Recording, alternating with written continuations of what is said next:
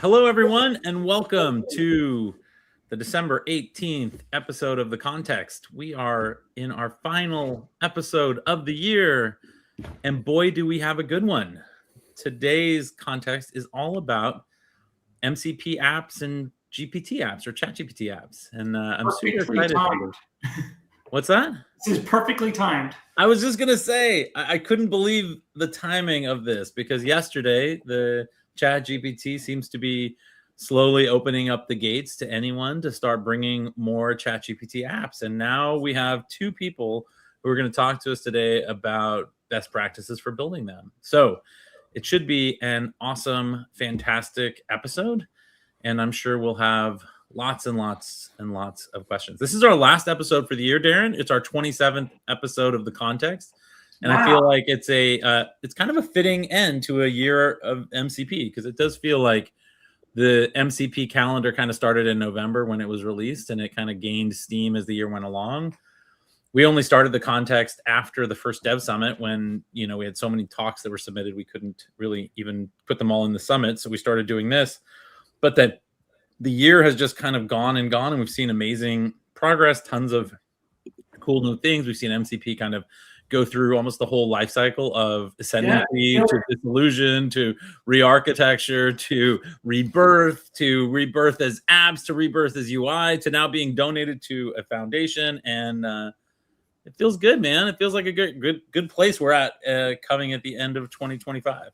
It's amazing to look at kind of like going back to like, it's like, oh, this started with STDIO on desktop and terrible hacks to now it's a, HTTP streaming with OAuth and it's integrated into whatever, like the most popular app of all time, ChatGPT.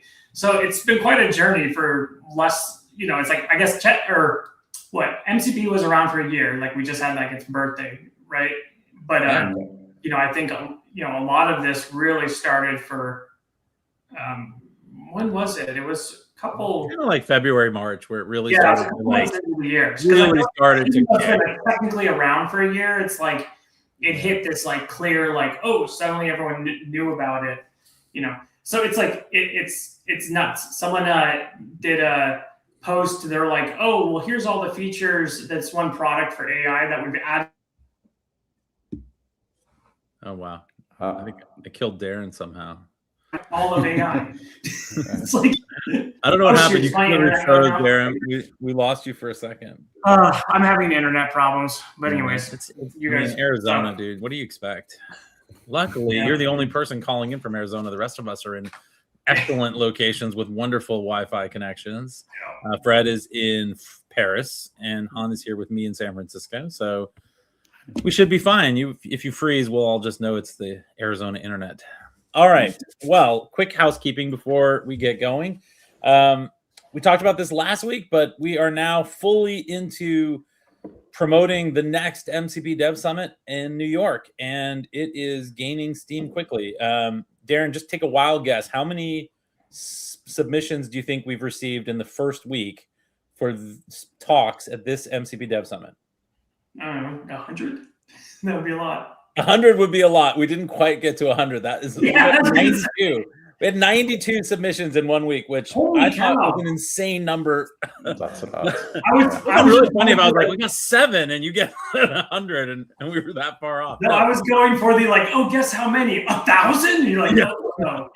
We had 92, which I think for all of London we had 135. In the first week of New York, we have 92. So it's. I don't think So it's like for anyone who's watching this, it's like this is now a Linux Foundation event. So it's like it's gonna be packed, and given the amount of sponsors or I guess foundation members, like it's just there's not enough room. There's not enough room. They are already bemoaning that we got too small of a space. Someone else is bemoaning that apparently the Friday is Good Friday. There is many bad things about our old New York Dev Summit, but it will go on as best possible with as little space and crowded rooms, and hopefully tons of interesting and fun talks about MCP. And so if you haven't already, submit a proposal. The talks are getting reviewed. We have a 7-person program committee, including Fred's co-founder, actually. Erica from Alpic is one of the people on the program committee.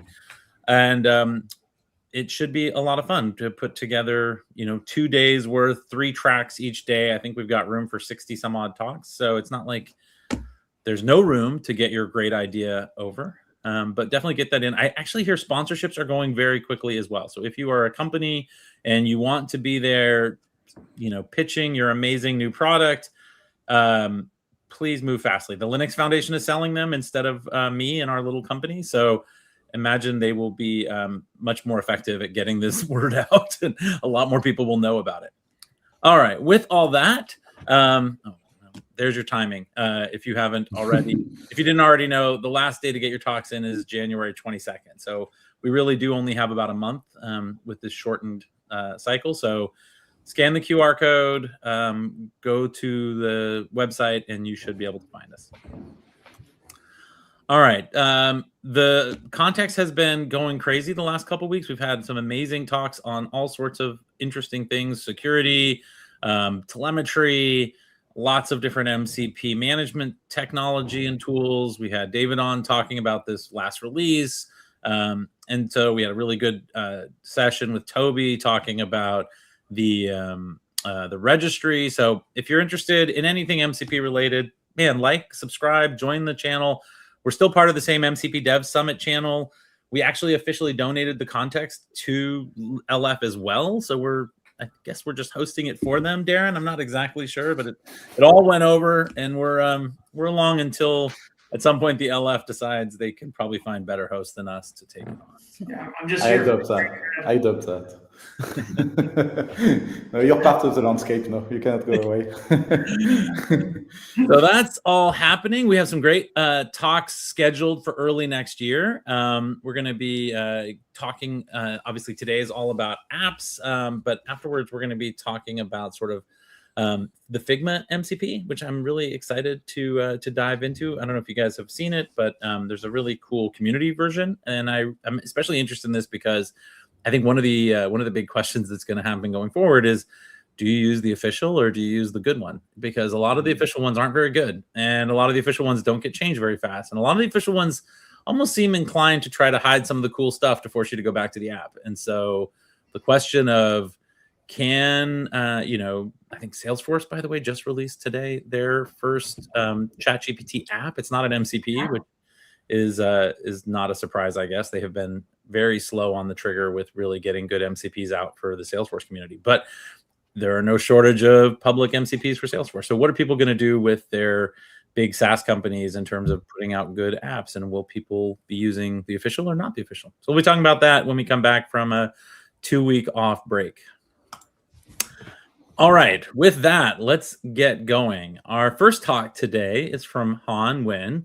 Hanh is the CEO of a startup called Fractal AI. She's here in San Francisco. And Hanh, you've been busy at work building a brand new platform for no-code development of ChatGPT apps and MCP apps. And so I'm super excited to see what you've put together.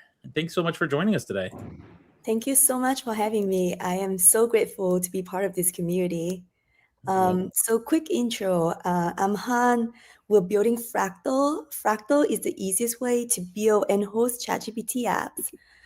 So I want to do a little bit of intro about us. So my co-founder, Max, he studied computer science at MIT, used to lead AI infrastructure for Hive AI. And he was part of the founding team for Random Labs, a YC company that focused on AI coding agents. And I'm Hanh. I used to work for Microsoft, one of the early engineers for Random Runway. I've been in AI for the last 10 years, so way before it was cool. And we were among one of the first to build UI on MCP. We're so grateful to just see how much the community has grown. It's wonderful. So Fractal is solving one of the biggest problems that I think right now when it comes to MCP development, and that is to think in conversation. So I know that we talk about like how all these official apps are not as good as the good apps. And I think the big difference between a good app and the official app is that the good apps, the people who develop it knows how to think in conversations. I also see that most of the people who are building MCP apps right now are very, very experienced web developer.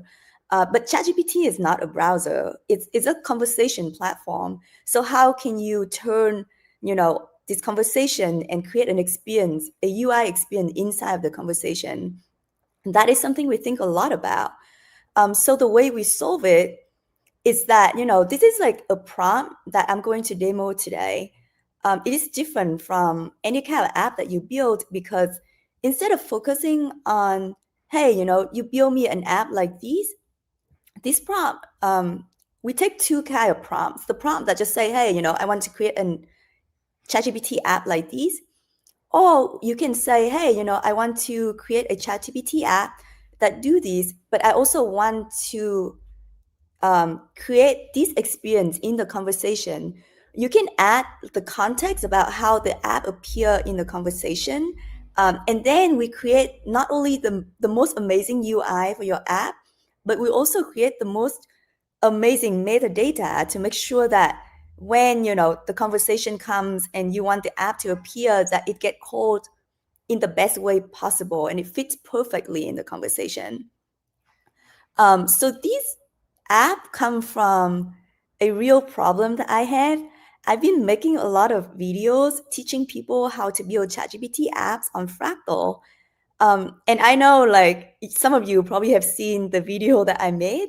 I usually ask ChatGPT to create the narration for me. And then after that, I ask ChatGPT to create the title and description for me. And then after that, I want ChatGPT to create the YouTube cover photo for me. But I absolutely hate the ChatGPT model generations. I love Gemini Nano Banana Pro. And I was like, you know what? This is a great way to use, an MCP or a ChatGPT apps. So I create this prompt, and I'm going to demo this prompt using Fractal for you. So this is Fractal. It looks like, a typical vibe coding platform that you see. I have here a prompt that say, hey, create an app using Nano Banana Pro for me. And I give it a link to the API. You don't have to give it a link to the API. The agent can also search for the API for you. But for me, like, I don't want it to mess up, so I always specify the API that I want to use. And I also added a context about how and where I want the app to appear so that it can create a great metadata for me. And now I just get to start building.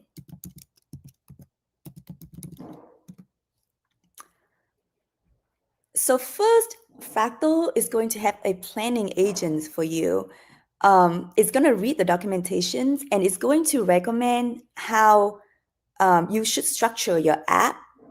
This is really amazing for me because for someone like who is non-technical, it's really hard to think about, hey, if I want to use an app in this situation, what kind of tool do I need to create?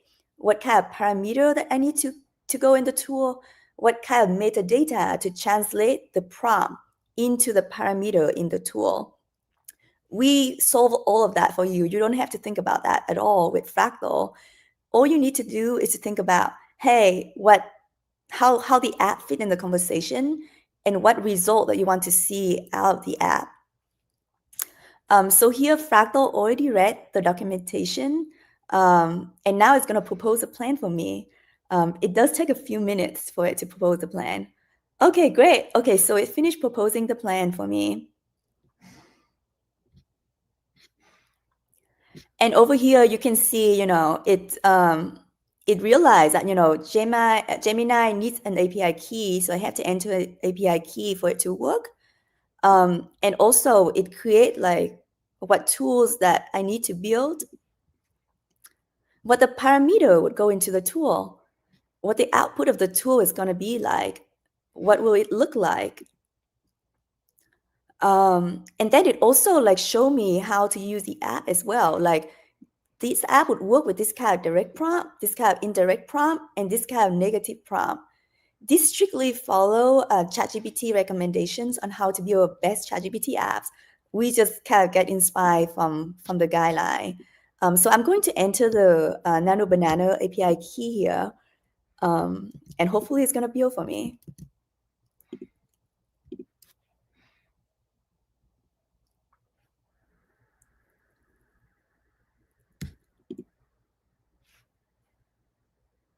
Okay.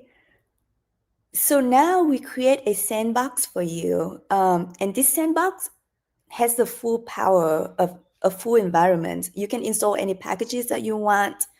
And then you can preview what the app look like on both mobile and desktop. It does take about 15 minutes to build. So in the meantime, I do have a few slides that I want to show you guys about what kind of apps we should build on this platform. So I'm curious. I don't know if someone can like give me a vote about like, do you want to see some new slides about what kind of apps we can build, or do you want to see like how the agent looks like? Because I can talk while we watch the agent doing its job, or I can move on to my other slide. What do you guys think? I think we go watch the, let's go through the slides while this builds, and we'll see how it looks when we get back. Okay, perfect. So I've been thinking a lot about what kind of apps should I build, because, you know, like building these apps are so easy now. You will see like this kind of prompt is Fractal can one-shot it. So the problem, and you know, with Alpic and all these tools coming out, the problem isn't how, you know, how to build, because I feel like how to build is very easy. It's what to build. So I have a few slides about like all the different patterns that I see that would make a great ChatGPT apps. So one of the ideas that I have are apps that use the conversation context. So an example that I have is an Instacart app. I really love Instacart app because I usually go to ChatGPT to ask for a recipe and meal plan for the entire week, so I can go grocery for the entire week. And it's so nice to just follow up with Instacart and say, hey, Instacart, like add all these ingredients to my cart for me. It is so magical because it removes the frictions of me like looking up every single product and then add that into ChatGPT, into Instacart app. And that get me to think about all the different kind of apps that would fit into these categories. For example, like you can turn like, you know, the conversation into kind of all the different kind of files, like generating reports, generating invoices, generating slides. You can also like not turning it into files, but you can also like display it in a really fun way, like graph, charts, tables. Or, you know, from the context that you chat with ChatGPT, you can take some actions. Like, you know, if you do a travel plan, then say, hey, book my hotel for me, book my flight for me, schedule my babysitting for me, schedule my dog sitting for me, or like shop for this item for me. So I think a rule of thumb for inspiration for me has been, hey, you know, if I have to copy some text out of ChatGPT, that can be an app that lives inside ChatGPT, and it would save me the time of copying text out of ChatGPT. And then the next kind of app that I thought would be very cool is apps that use ChatGPT inference. Some of these apps are like, so I just recently made a trivia game. I can show it to you guys if we still have time. But these trivia games use ChatGPT as a way to generate questions. And I can play like super random like trivia game, like give me trivia about Pokemon. This is not something that, you know, regular trivia game would have. So the inspirations for these kind of apps are apps that, you know, you can use ChatGPT to generate content. You can use ChatGPT to be a judge for like your app. You can use app with like ChatGPT as a personality or commentary. There's like so much opportunity for fun things to be built here. And my inspiration, my rule of thumb for inspiration for this kind of app is that if I ever have to call ChatGPT inside my app, I can think in the reverse and figure out, like maybe it can be an app inside a chat instead of chat inside an app. And the third kind of app that I think a lot about is that we use ChatGPT distribution, taking advantage of huge ChatGPT users. So ChatGPT already have 900 million users. It is crazy because when the App Store came out, it only had 6 million iPhones. The scale is massive. So if you already have a product that people really loved, like, I think you mentioned this in one of the very, very popular mainstream app, is that they purposely hide like the most useful features so that, you can like lead it back to your main app. So yeah, so those are some of the ideas that I have for apps. If you want to build apps, you can get inspired. Yeah, I'm gonna go back to the agent now. It is still working. You can see it's start to give me a preview now. So we're very thorough with our agents. It's gonna run a bunch of tests to make sure that the app absolutely works. Like maybe it doesn't work as intended as you want, but it will absolutely run. Oh wow, okay, it's making progress. So you can see how it works on mobile, you can see how it works on desktop. You can see that it made a mistake here. This button is black text on black text, so that's not good. And then, like I can see where it messed up by looking at the code. We do expose the code here, so you can see what is going on. When I use coding agent now, I never really code anymore, but I do read the code so I understand what to prompt. Oh, here you go. This is what it looks like. But I'm gonna fix the button.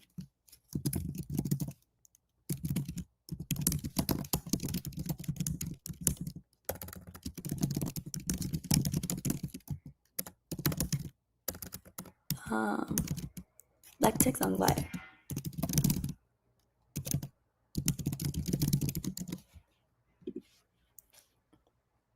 So I'm going to fix that, and then we're going to deploy it, and then you get to see it in action. Han, while you're waiting for this, so this while you're waiting to kind of finish this last improvement, I'm very curious because it feels like so many vibe coding apps are built for developers. Obviously, they're built for people who have ideas and they want to turn them into apps, and most of them are people who naturally think of developing.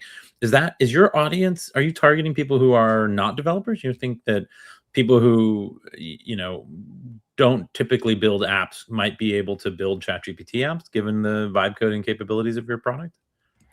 Yes, that's my goal right now. I feel like I personally build a lot of tools for me to use. So we definitely want to target toward people that are not developers. I don't think that we're quite there yet. I think that right now, the stage of the product is that you do have to have some coding background. You need to know what an API is. And you definitely do not write a single line of code ever, but understanding how like the software works really helps. But we actually having our next version that you can absolutely like need zero coding skill. And I'm very excited about that new updates that we're going to have. But right now, I think it would work best if you're like a web developer, but you have a problem thinking in tools, thinking in conversations, then this would be a great tool for you. It's it's fascinating. So it's like Silicon Valley. Started with making chips, and you have all this kind of hardcore, low-level technology, and then there was the whole mobile trend and whatnot, and like all the people in San Francisco felt like the it's like it was a kind of different type of developer, like hipsters and whatnot. There was like, oh, they're not doing low-level tech; they're just like web designers who can make a mobile app or whatever. And it's like now with these ChatGPT apps, it's like it's kind of going in that. To me, I feel like it's kind of like it's becoming less and less about the technology and more about the business or the idea, or so it's like it's just low. I think it's going to lower the barrier even more for because there's even less things you have to do, but like, do you have? Aren't we already there, Darren? It feels like with Replit and all these things, like, I mean, just talking, I talk to people pretty regularly that are not developers and couldn't write a line of code that have now built something. I'm one of them. I'm not a developer. No, but you can't ship an application to a large audience. That's what I mean. So the thing is like what we have right now. So Replit and those things do really good for kind of like, oh, I built an app for myself, or I built it for my team, or whatever. But in terms of like kind of like opportunity, like business opportunity or big impact or whatever, is like, because what I think, like, because we have a largely technical audience of this and a lot of startups and stuff like that, is like, this whole idea is like, I think all the incumbents who are like, oh, I'm going to take my app and I'm going to put it in ChatGPT, they're really going to suffer. It's like counterintuitive because if it's like, when do I bring it back to the web page? When do I get it to the mobile? As opposed to somebody here in a chat native application is like, it's so much less user, the amount of like UX you have to build, because like when you think about like a traditional app, so much of what you're offering is the interface on top of data and services, whereas chat kind of gives you most of the interface already. So it really boils down to like, what's the true value that you're giving? So it's like, if you can come up with a good idea or a good value, the interface is there. You can vibe code these apps super fast. They're really easy. That I just, I think we're boiling it down to like the core of what's really valuable to us. It's funny because I mean, you imagine this generation of kids like my son Grant, who's 11, and his, like his first thing I started was kind of telling him about this. He's like, is there something like this where I can build a Roblox game? And I was like, not yet, but I guarantee you in the next 2 years, you'll be able to kind of just explain the Roblox game you want, and you'll be able to test it and try it and experience. Oh, yeah. I'm like, it may not even be Roblox. Maybe the next platform is more that. It's like Roblox gets replaced with something that is even more AI forward, and that universe gets built more by the participants, and anybody can describe a new place, a new game, a new room, a new battle thing, whatever, and it'll come alive. Yeah, I mean, I think games is a whole different realm. Like that's slightly different, kind of like in these chat apps or whatever, because it's like, but there is huge, like the generative 3D stuff makes total sense. That like, the old text based, you've entered this room and it looks like that. Like that's how you're basically kind of program things. It's like, oh, describe it. But anyways, getting back to the chat, it's like I think this is, I don't know. I just think the opportunity here is massive, but I don't think anyone, I really, really want to see more people starting with chat native, like just, try to disrupt some industry or something of just start with chat. Like it's going to be amazing, because why not? Like, why wouldn't I just like buy my insurance through, chat or whatever? It's, I don't know. 100%. I 100% agree. I feel like that's what we try to solve. Is not, hey, you can preview or you can deploy, because, I feel like people can stitch them together. If you're a great web dev, you can do that. The problem right now with all the web dev that's trying to build ChatGPT apps right now is that they can't think in conversation. Yeah.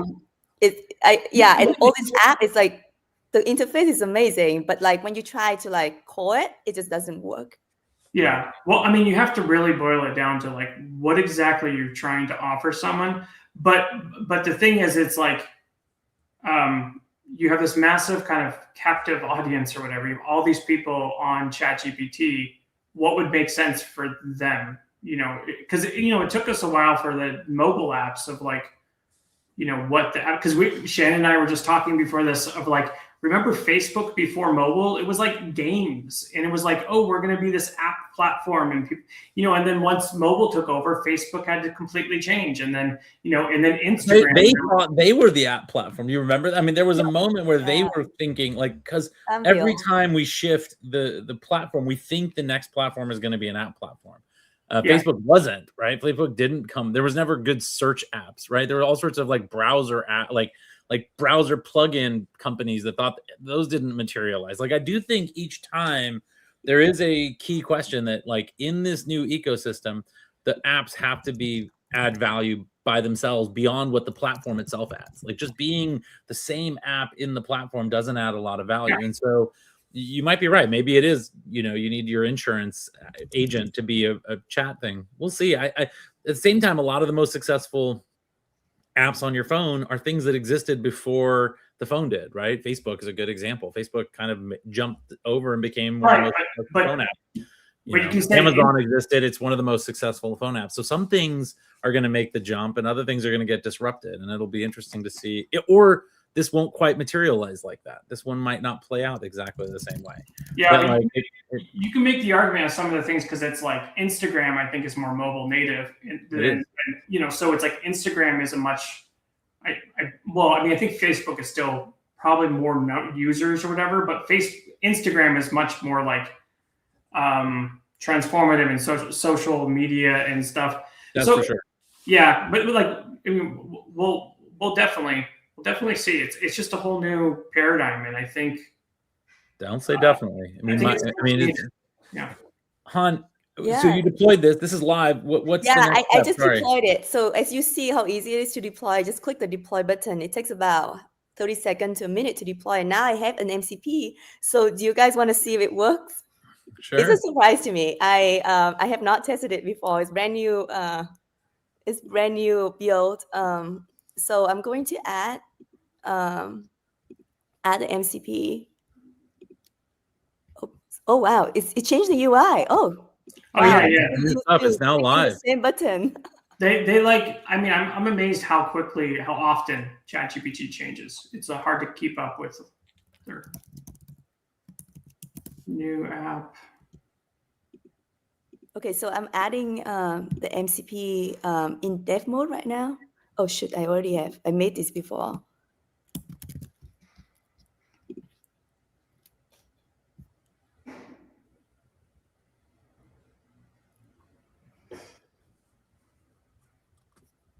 Okay, it is added, and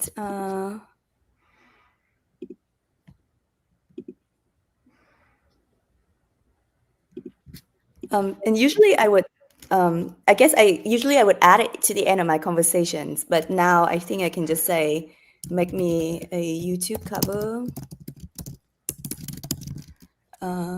for a video with the title MCP App Summit.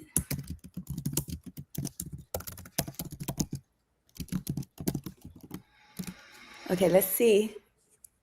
As far as I know, when you say at whatever, it's kind of just a shortcut for basically clicking add and putting it into the, like, effectively does the same thing. Nice. Oh yeah. Genuine, yeah. Yeah, and you can see like this is the tool description that we created. When you plan, I don't know if you remember in the beginning when we plan. This is like image gen, so it's gonna take a nano banana. It's gonna take a bit of time, but in the meantime, we can inspect the tool calls. So we write really, really good metadata. I've tested all the metadata of the apps that are currently on the App Store, or at least like the launch partners. They have terrible tool description, and that's why the app doesn't run really well. And we automatically make really, really good tool description so that based on the scenario that you described in the beginning of how you want your app to fit in the chat, it will guarantee that it will fit in the chat. And I think this is like what really makes us stand out and helps people to think in conversation. This is like my current pet peeve with people writing prompts is like, stop writing prompts yourself. Ask AI to write prompts. They write so much better. Yeah. Ask AI, because think of the idea of like when you talk to someone and you want them, like if you tell somebody something and then you say, can you repeat that back to me? They'll say it back to you in their voice and the way they understand it. And then so you can see if they understand it, and then it's structured in that way. So it makes much more sense with AI, because this is where engineers always go wrong. Stop trying to like just ask AI to like, what would you say? And it would be much better than if you just write the prompt yourself. 100%. And also, we also take into OpenAI best practices and also our experience building agents, because I feel like this is where we are at an advantage. We've been building lots of agents, so we know what works for tool calling. And we also distill that kind of experience into what we built as well. As you can see, it works. I have a thumbnail for my video. So if you guys want to make thumbnail for like this video that we're having, you can use my app. I actually want to make a version of my app with my face in it as well. Like you see like a lot of the YouTube cover photo that have like people in it using Nano Banana. That's my next iteration. But yeah, this is the demo. I don't know if you guys have any question for me. This was great. It's really interesting. Han, it's obviously still pretty early in the space. Your product is out. Is it available? Like, how are people ready? Can they sign up? Can they get an account? What does it cost to use it? How do I try your app out? Yes, so it's in beta release right now. You do have to enter a special code to be able to get in, and I can share that with you guys. Maybe when we post it on YouTube, we can put that in the comment, and then people can use that code to get in. All right, we'll keep the secret code for the YouTube comment. How about that? All right, Han, thank you so much for joining us today. This was a lot of fun, and really appreciate the work you're doing. It just seems super exciting. Thank you so much for having me. All right. Next up, we have Fred from Alpic. Fred, you're going to be going in a slightly different direction, I think, than Han's talk. And Han talked a little bit more from the sort of vibe coding only direction of building these apps. I think you're going to talk a little bit more about sort of, a more developer-centric view of how to build and deploy MCP apps or ChatGPT apps. So welcome to the show. Welcome back to the show. I know this is your second time on. It kind of seems like whatever December is, it's the month of second timers. So exciting to have you back. And thanks for joining us all the way from Paris. I know it's late in the evening your time. No, it's okay. Don't worry. Thanks for having me again. It's a pleasure to be here for the second time. Can you see my screen okay? Yeah? Everything's fine? I just brought it up. Yeah. The floor is yours, my friend. Perfect. Thank you very much. So yeah, for those who didn't have the chance to catch the first time I was on the show, my name is Fred. I'm the CTO and co-founder of Alpic. And we basically have a hosting platform for MCP server and ChatGPT apps. But today I'd like to focus with you on ChatGPT apps and more specifically on UI and the new framework that we built called SkyBridge to help builders, people with developer skills to build a ChatGPT app. So this will be indeed a little bit different from the talk previously from Han. We target a slightly different audience of people that write code with a coding agent and without. So you will see code in this demo, but stay along with me, and I hope I will bring you on board and developing new ChatGPT app. The two killer features that ChatGPT released in this new platform, and you were having the conversation with Darren just before, that are really game changer for me, I think, are first, the zero-step discovery, the ability to add a specific brand to bring it inside the conversation, whereas other ecosystems of app have previously been known to put together a central registry, asking for people to browse through this central registry for existing apps, install them before being able to use them. This zero-step discovery within the conversation by invoking the brand, and even sometimes OpenAI is still a bit blurry about that, bringing in some additional brand if it's relevant to bring them inside, is going to make sure that the distribution of those apps in the ChatGPT ecosystem is going to be really skyrocketing through the roof. This is part one. And part two is the UI, obviously. A lot of the existing agentic conversation were lacking features that native web and mobile UI were used and known for in terms of density of information and ease of control. Bringing back UI into conversation really complements well the assistant chatting with you, and is going to be one of the two main aspects why I believe this app ecosystem is going to thrive. Everything I'm sharing today is related and will be demonstrated on ChatGPT. But as some of you may know, a few weeks ago, the MCP protocol was officially extended with MCP apps an extension of the protocol that supports UI as well, that is slightly different from ChatGPT app, but behaves the same way and relies on the same principle. The first problems that we have with the current ecosystem that drive us on building a new framework called SkyBridge was when OpenAI released back in October 2025 the apps SDK, which was the framework to build apps. The problem with releasing this apps SDK back in October is that if you take a look at the documentation of apps SDK, you'll find out that there is not a single line of framework exported from this software development kit. And this gave us the idea at Alpic to maybe try to implement the missing pieces and primitives explained in detail into these guidelines that OpenAI brought in order to make it easier to manipulate and build things with a package name conveniently SkyBridge, which for those of you who might know is the name of the runtime that OpenAI built to bring UI within the conversation. The second reason we wanted to start building a framework to help people build apps was the new challenges that were brought by this new paradigm. Like Darren was saying, we are at the verge of a new entrant in the space.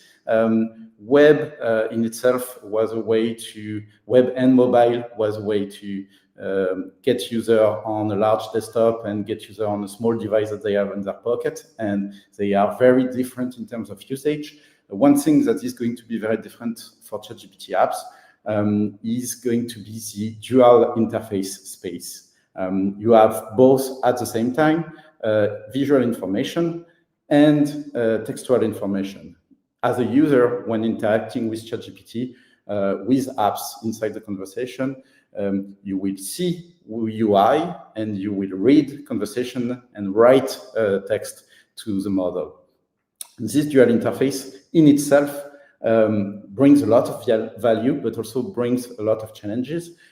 First one, to make sure that what you do with those two interfaces are complementary. Don't say textually what you are showing in your widget, and synchronized. Make sure that when you do something on the widget, the model is aware of it if you continue the conversation, and vice versa. So we built SkyBridge, and SkyBridge is an open source framework that you can find on GitHub that is a full stack TypeScript code base to help you build those new ChatGPT apps. And we are actively working on supporting MCP apps as well inside the framework. So building once with SkyBridge will allow you to bring new app to the ecosystem inside ChatGPT and inside new upcoming clients like Claude that will support MCP apps.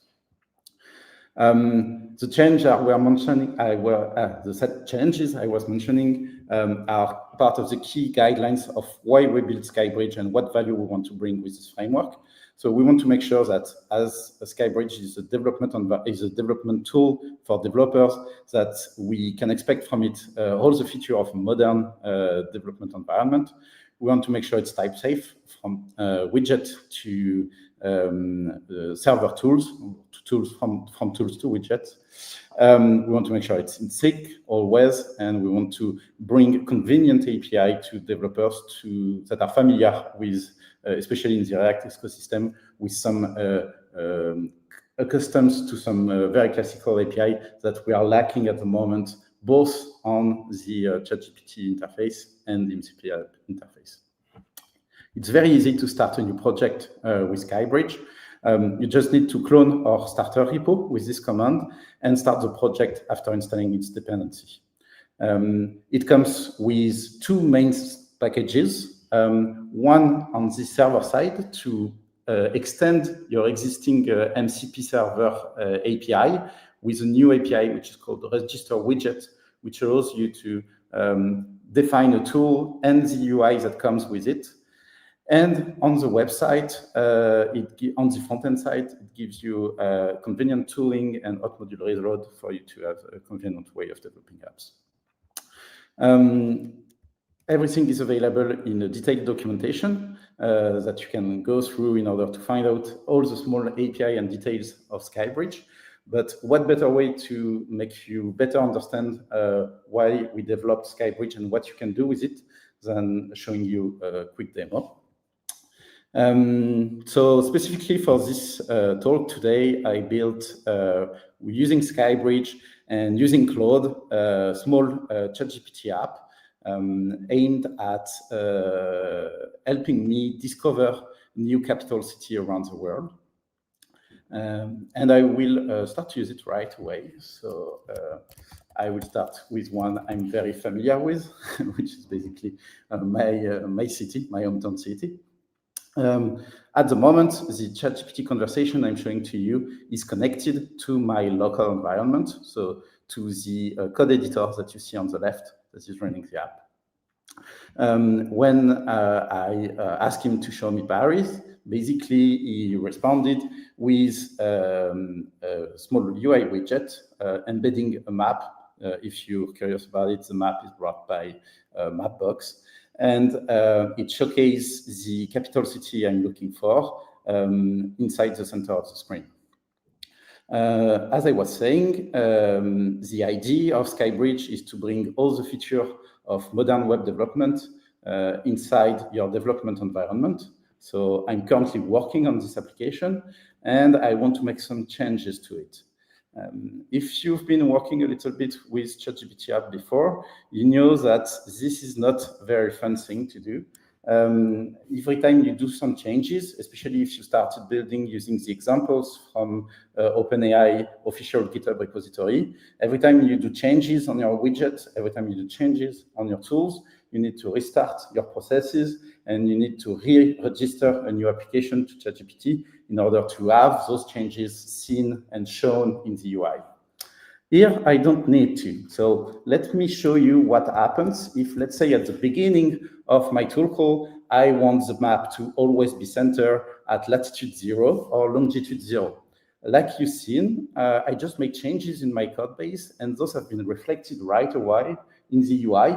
And the UI is not a copy from OpenAI ChatGPT. It's the actual ChatGPT. I am on chatgpt.com at the moment. It's just that this server is connected to my local environment. And whenever I do changes in the code base, the changes are reflected right away in the UI. So if I say I want to start the map initially at latitude 48 and at longitude 12, for example, which would be, I guess, somewhere in Austria, the changes are reflected right away in the UI. And this, as a developer in 2025, is the very first important thing to me, is to be able to see right away, when I do a change, the impact of this change live in an environment that is as close as possible to my real production, to avoid discrepancies that may occur if I'm looking somewhere else. We managed to do this kind of features through something called hot module reload using Vite, which is basically an existing development server for front-end application that we conveniently packaged to make sure that ChatGPT rendering UI is using this hot module reload from Vite served within SkyBridge. So every time I do a modification, it's shown in the UI. And the one I can do that is the best one for my use case here is, of course, to center the map on the requested capital to make sure that when the user is asking for a capital, the map is already centered there.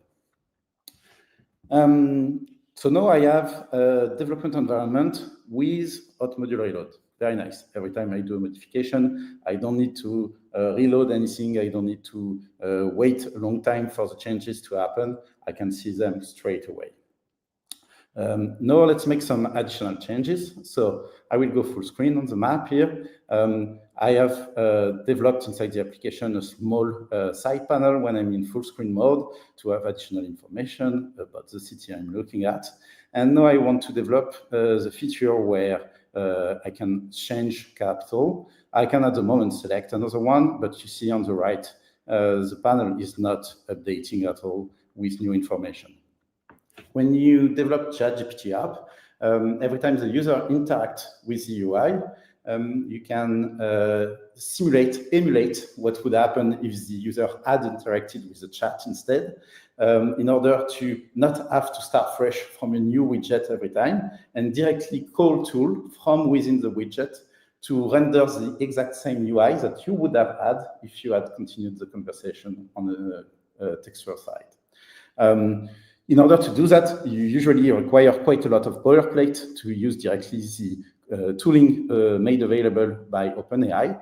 But in SkyBridge, we tried to make our life as easy as possible and reducing the quantity of code that needs to be written in order to achieve the exact same feature. This both improves the development experience if you're a developer manually changing code, but it also improves consequently the capabilities from a coding agent like Claude or Cursor or any other ones, or even the one from Fractal, to output better apps because you have a bigger density of token.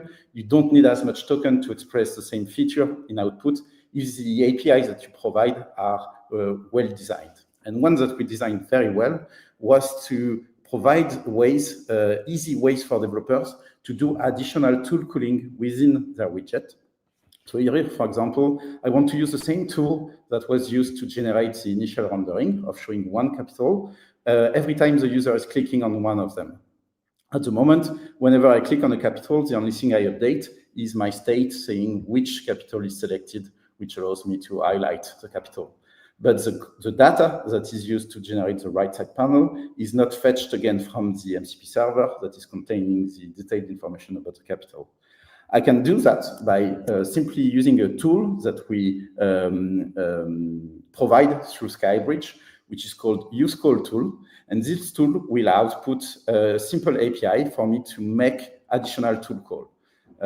I called this tool call travel2.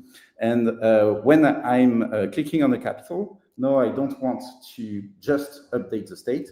I also want to travel to the capital. Traveling to the capital is going to basically provide this data through the data parameters that you see here. It's an API that is very similar to a React query for those of you who are already work with this tool before. And I can easily update my capital data to be either my initial tool call or the data that is outputting from the tool call. If I don't make a mistake, it's better. Last but not least, I have a way to easily get information whether the tool is still pending, and I can update my loader to take into account the fact that I might still calling a new tool. So now when I click on London, you can see my right pane is waiting for my tool call to complete. And when the tool call will be complete, and I will get information about London, I will have information about this particular city displayed on the right panel. And I achieved this navigation on the UI with just 6 lines of code, which is very nice always to have to write less code. Before I give back the stage to Darren and to Shannon, I want to demonstrate one last feature. If you remember well, here at the beginning of my exchange with ChatGPT, I was asking for information about Paris. And let's say as a user, I tried going through a few different cities. And the last one I want to go to, I jumped one, but if I go back to London, the last one I went to is one different from the initial tool call that rendered the UI.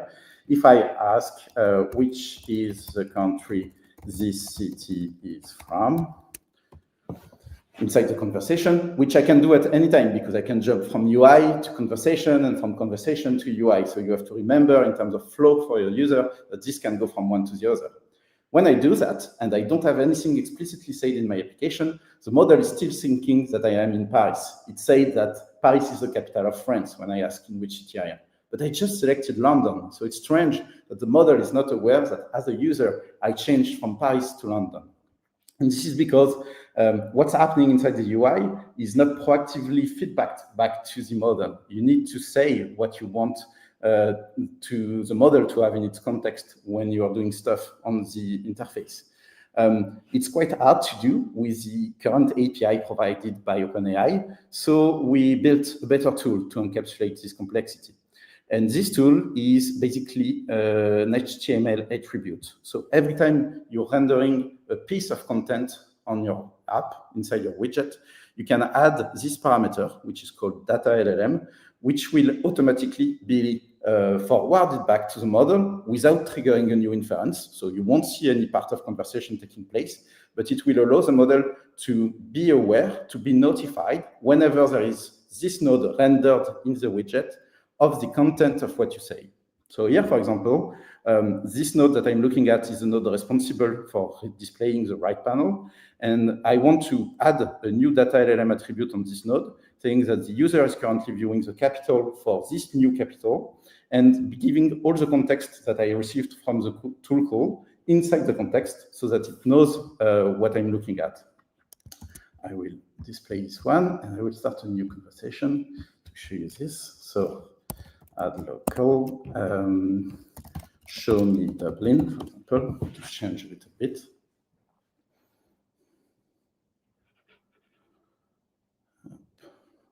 Fred, while we're waiting for this, I missed how you added @local into your dev environment in ChatGPT. How did you do that?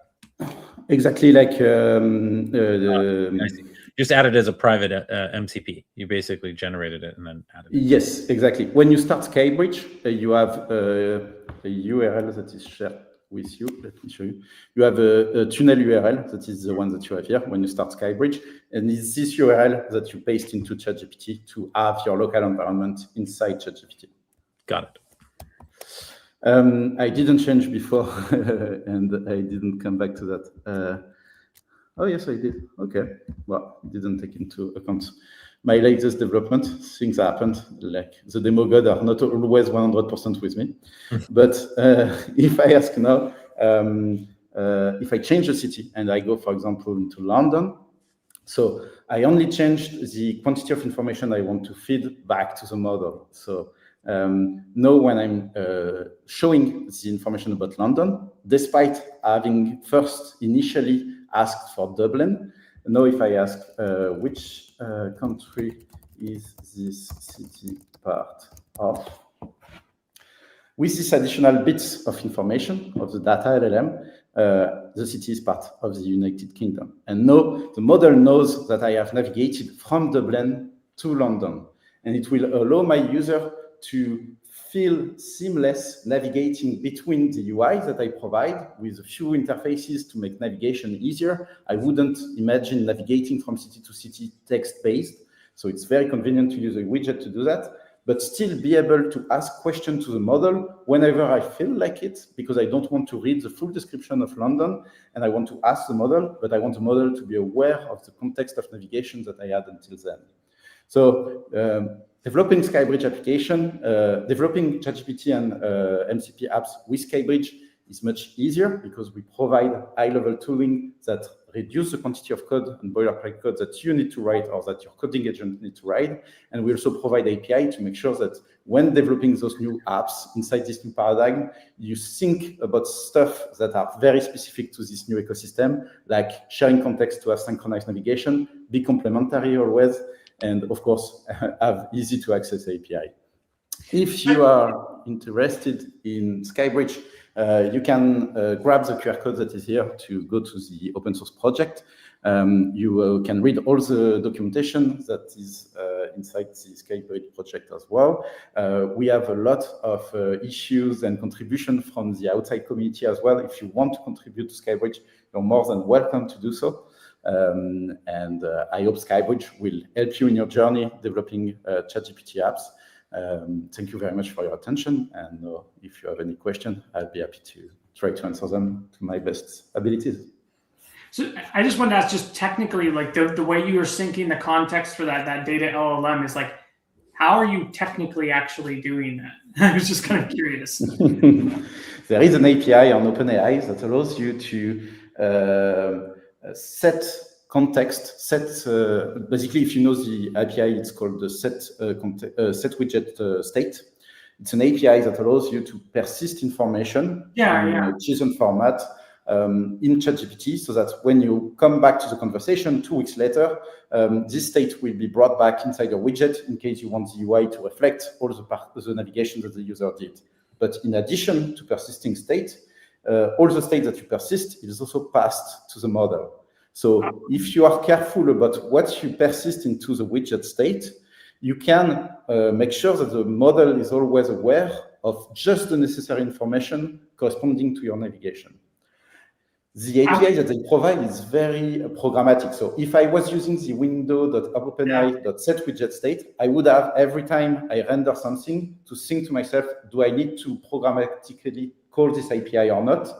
What we did with the data LLM attribute is reversing the problem. We said, you can write data LLM attribute everywhere you want in your application. Only the ones that are rendered are going to be combined together and sent to the model. So every time you have a re-render in your application that shows different things, all the data LLM attributes that are everywhere are combined together and put together in the context window of the model to make sure that you have information to display to the user and you have information to feed the model about what is displayed to the user.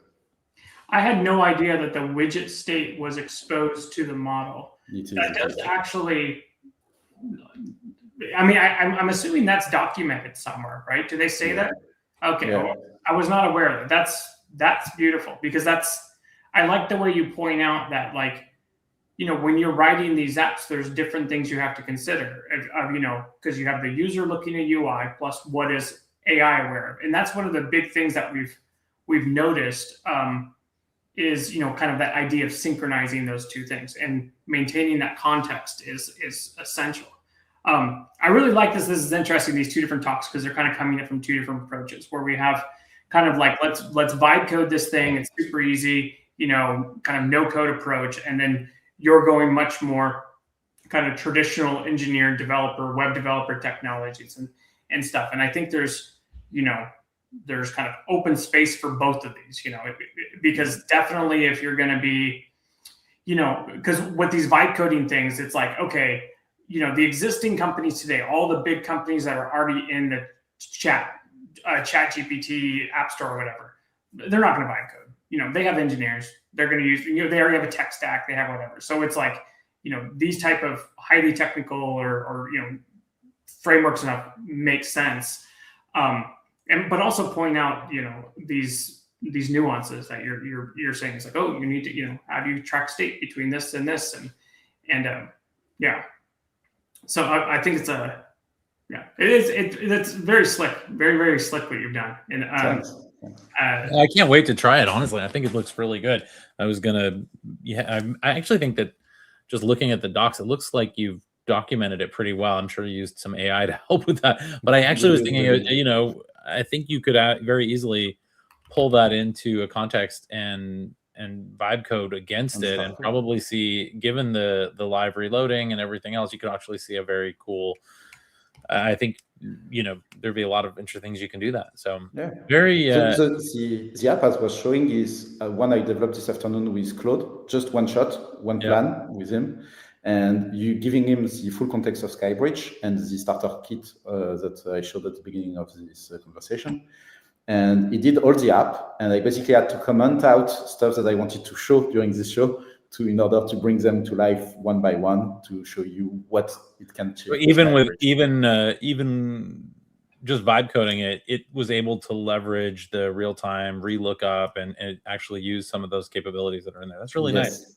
It's amazing as people bring in these new frameworks, brand new thing like SkyBridge or whatever, is, you know, it's because you're building on top of things like Vite and React and, you know, it's like it already knows so much, and then you just have to tell AI, like, here's just a little bit of additional context or information. So the delta of what you have to tell AI to be able to effectively program this stuff is very small. Like I've been amazed with Remix 3 as I've been fooling around with that, because it's a project I've been watching, brand new, whole new thing, but AI does a good job of vibe coding it. You just need to give it a little bit of context of, like, this is how it's slightly different from what you already know. True. But I had one question: is what is, you know, for SkyBridge, and maybe you mentioned this, but I kind of didn't. Is how does this work with MCP apps? Is this or is this just 100% ChatGPT specific? The demo that I just shared with you is only going to work on ChatGPT at the moment. We are actively exposing the new way to also make it work into an MCP app ecosystem. Basically, what we do is very similar to the polyfill you used to add in web development for years to make sure that this line of code behaves the same on Internet Explorer, Chrome, and Firefox. So basically, we are polyfilling the code that we generate from SkyBridge to make it run as well on ChatGPT app and on MCP app without you having to maintain two code bases for those two ecosystems. So you guys released this, what, 2 weeks ago, 3 weeks ago, Fred? Officially, yes. We've been working a little bit on it since 1 month, I would say, mostly, but we released last 10 days, I believe. Well, congratulations. It's really impressive. It looks really good, and it looks like you guys are heading in an interesting direction. And any support for this yet in the Alpic cloud? Can I work on one of these? Do you have a deploy to Alpic where the whole thing can deploy it there? Yes, of course. Your starter kit is a GitHub repository. This is what is going to be provisioned when you initiate a new project. You can go on Alpic and select the repositories that you just created to start building, and it will deploy automatically on Alpic. You don't need to do anything. Look at that. All hosted and everything just for you. Very cool, Fred. Thanks so much. Thank you for having me. Thank you for as well. If you're still with us, I just wanted to thanks everyone who's been joining us. We had another great turnout today. Unfortunately, we've got even long. Once again, we've gone long. Darren, we were so good for the first 20 episodes. I don't think we ever went over an hour. Now it's getting longer. Sorry. An hour. So shame on us. I will get my New Year's resolution will be to keep us back on schedule. And, good resolution. All right, everyone. Thank you again. Thanks everyone for joining us, and thank you to the audience. It's been amazing, Darren. Thank you for co-hosting this all year with me. It's been a lot of fun. Thank you so Thank much. you. Bye, everyone. Nice holidays. Bye bye.